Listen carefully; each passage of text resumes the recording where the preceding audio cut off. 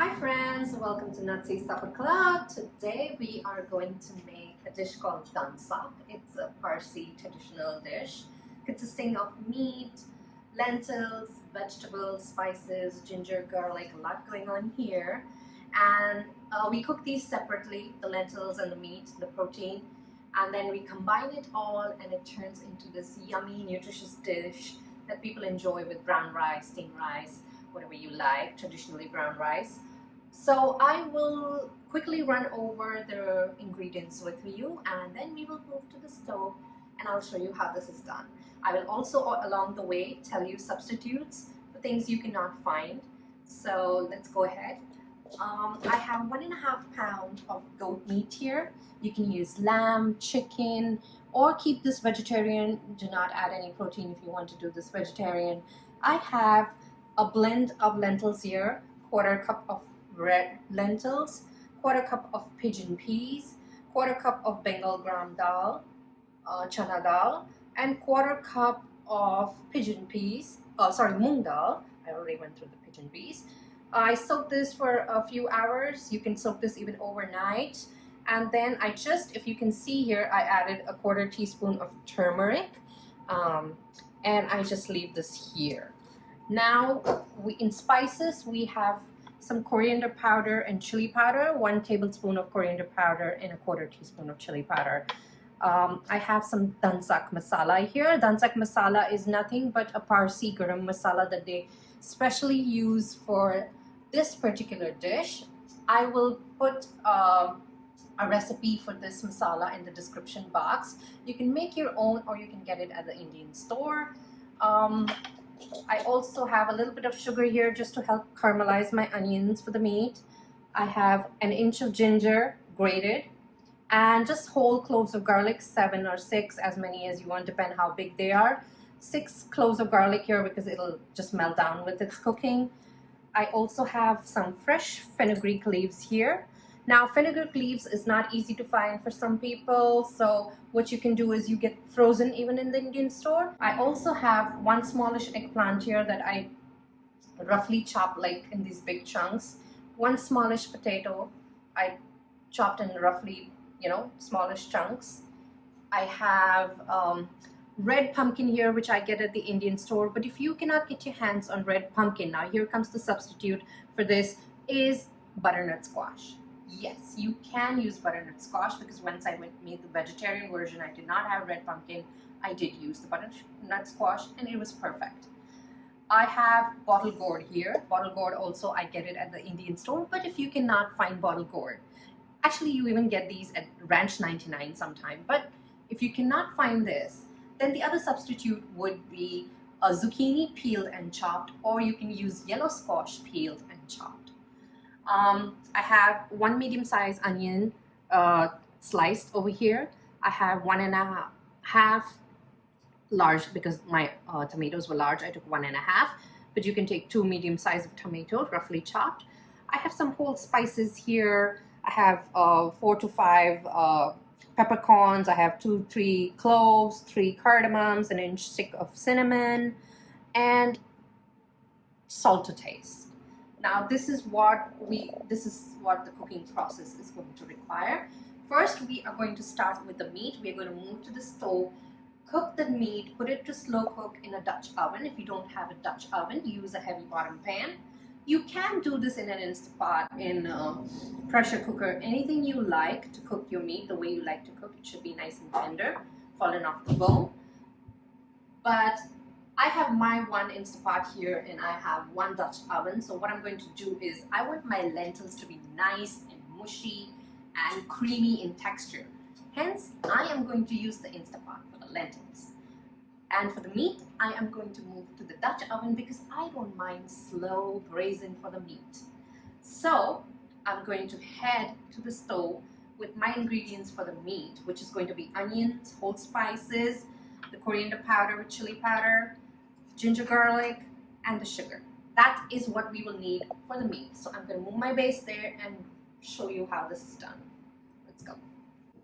So we are right here with my Dutch oven heating up on a medium flame. Always heat up your Dutch oven on a medium flame. And I'm going to directly go in with my whole spices, which is the cardamom, cloves, cinnamon, and peppercorns. Now my mom does this very differently, but I'm trying to do this, quick. While these toast a little bit, I am going to go in with a little bit of sugar to help the caramelization. So, and this won't make your dish sweet, as I always say. This is just for caramelization. It's not going to affect the flavor of your dish. Now I am going to go in with the onions, and I'm going to try to have patience to get them to a golden brown color.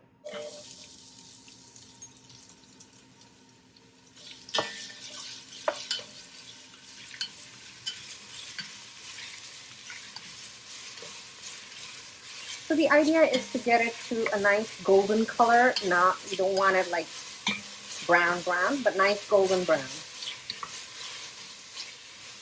No, we don't want blackened onion.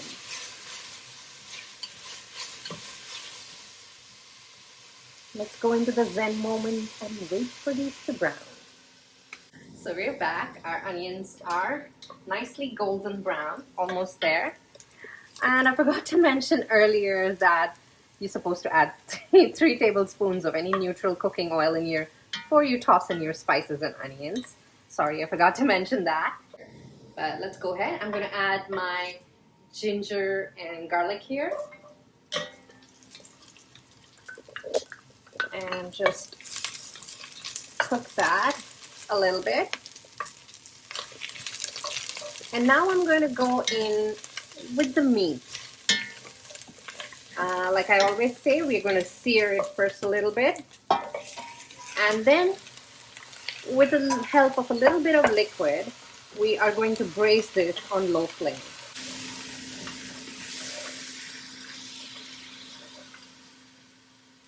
So the other thing about using any kind of protein or meat is get them to this size. It's about 1.5 inch pieces. Even 2 is fine.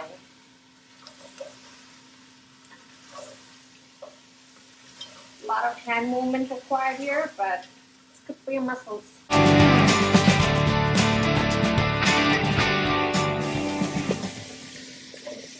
Let it get some color at the bottom, and then I'll stir one more time, and then we'll go ahead with the recipe. I'll put all this away and quickly gather some warm water to put in here. When you put warm water in your meat when it's cooking, instead of cold water, it kind of maintains the color of the meat.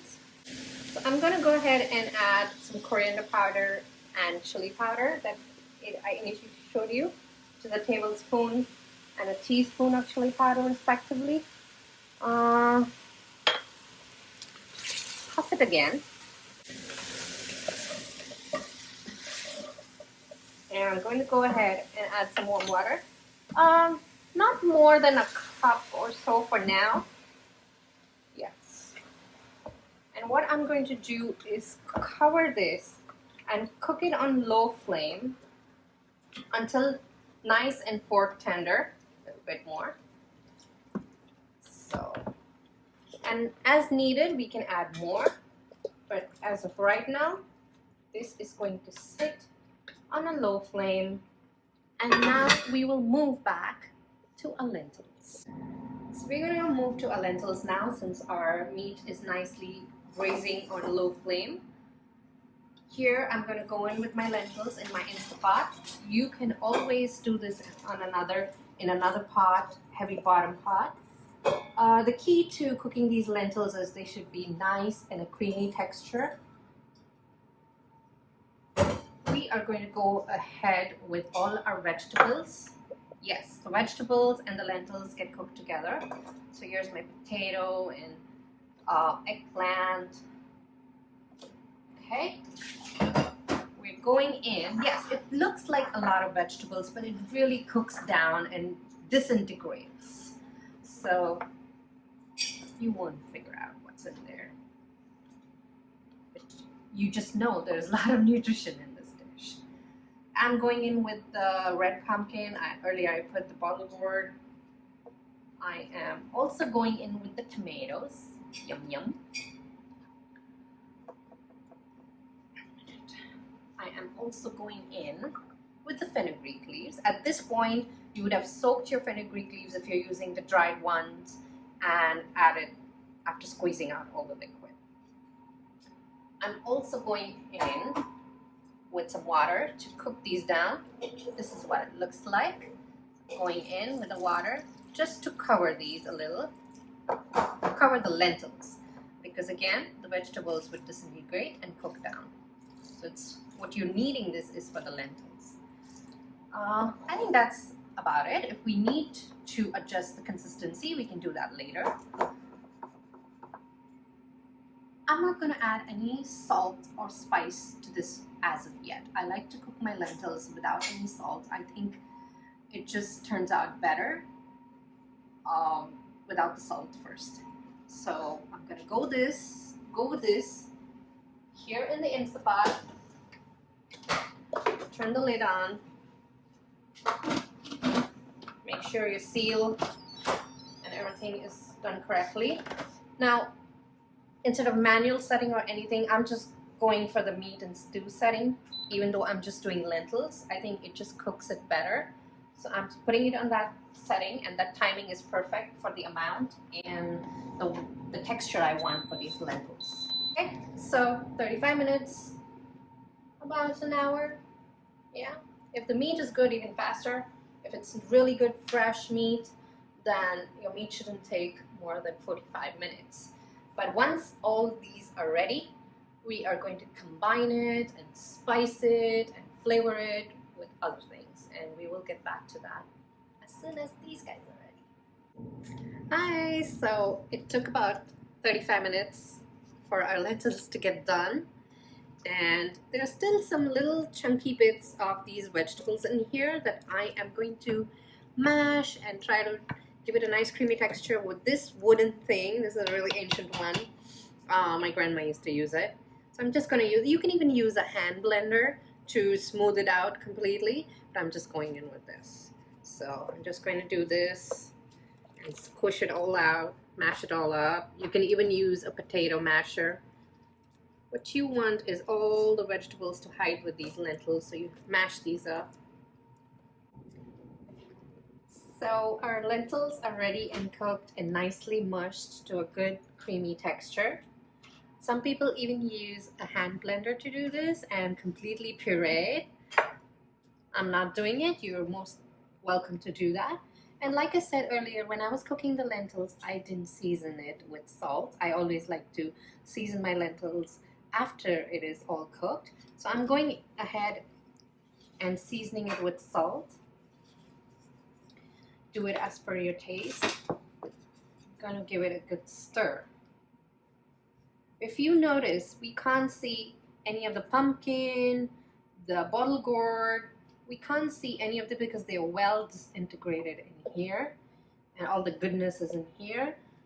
Now what I'm going to do is show you what the meat looks like. It took exactly the same amount of time for the meat to be nice and fork tender as long as it took for the lentils to get. So it was to get cooked. So it was all a great way to do this because the meat was really fresh and well cut. So that also adds to the cooking time. This is what it looks like. Nice, beautiful meat. We have some juice in here, but not so much. It's not swimming in juice. That's not what you want.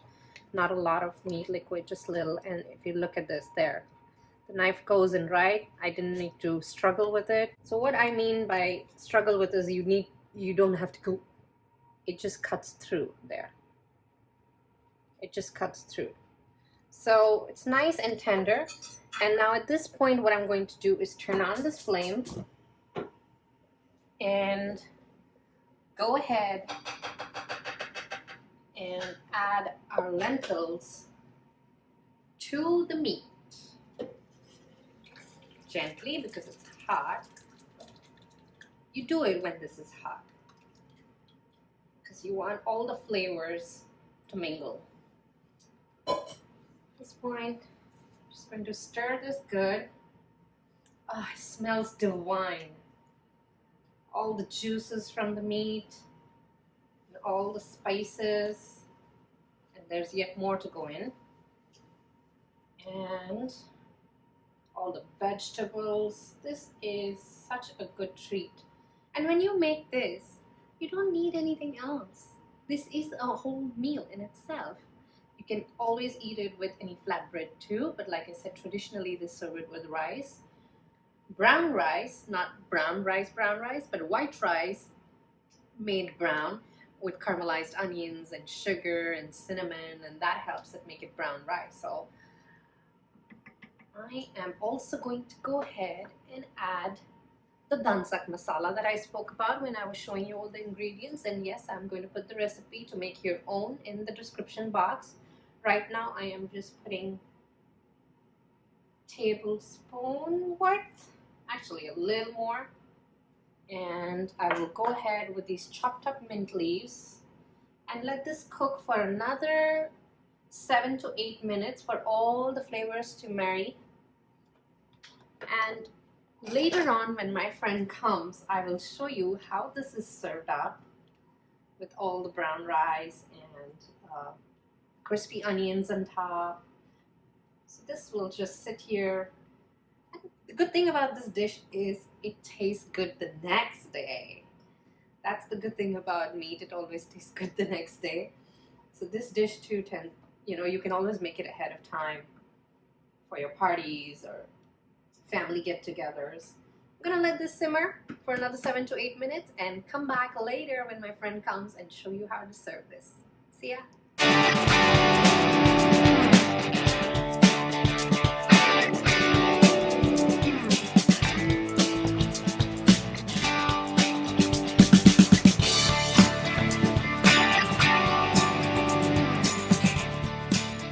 Let's check the seasonings if we have all of it well.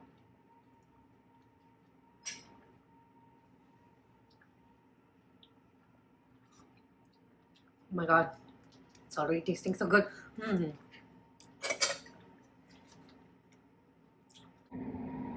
Hi friends, so my friend is about to arrive. Already packed her share. I have some nice fresh mint leaves here. I'm going to garnish it. Put it right here.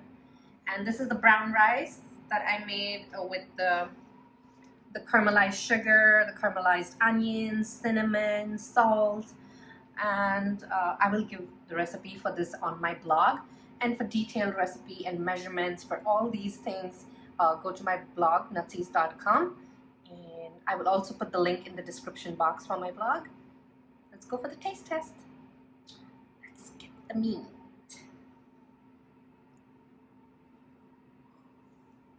It's nice and warm. Ouch. Okay. Going in.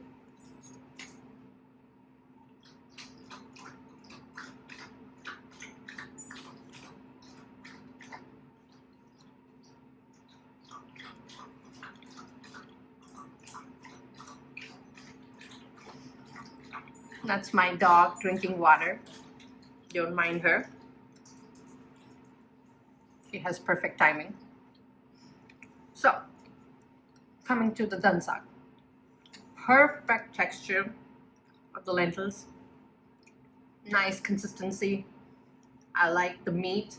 It's falling off the bone, but it's not like shredded apart where you can't figure out where the meat is. Seasoning is well done. I think I'm gonna add a touch of spice to it, a little bit, and heat it up. But I think everything else is good. And you know what? It's good to go low on the salt and spice. You can always add more, but once you add too much, you can't get it out. I'll go in with the rice. Put some lentils and some rice.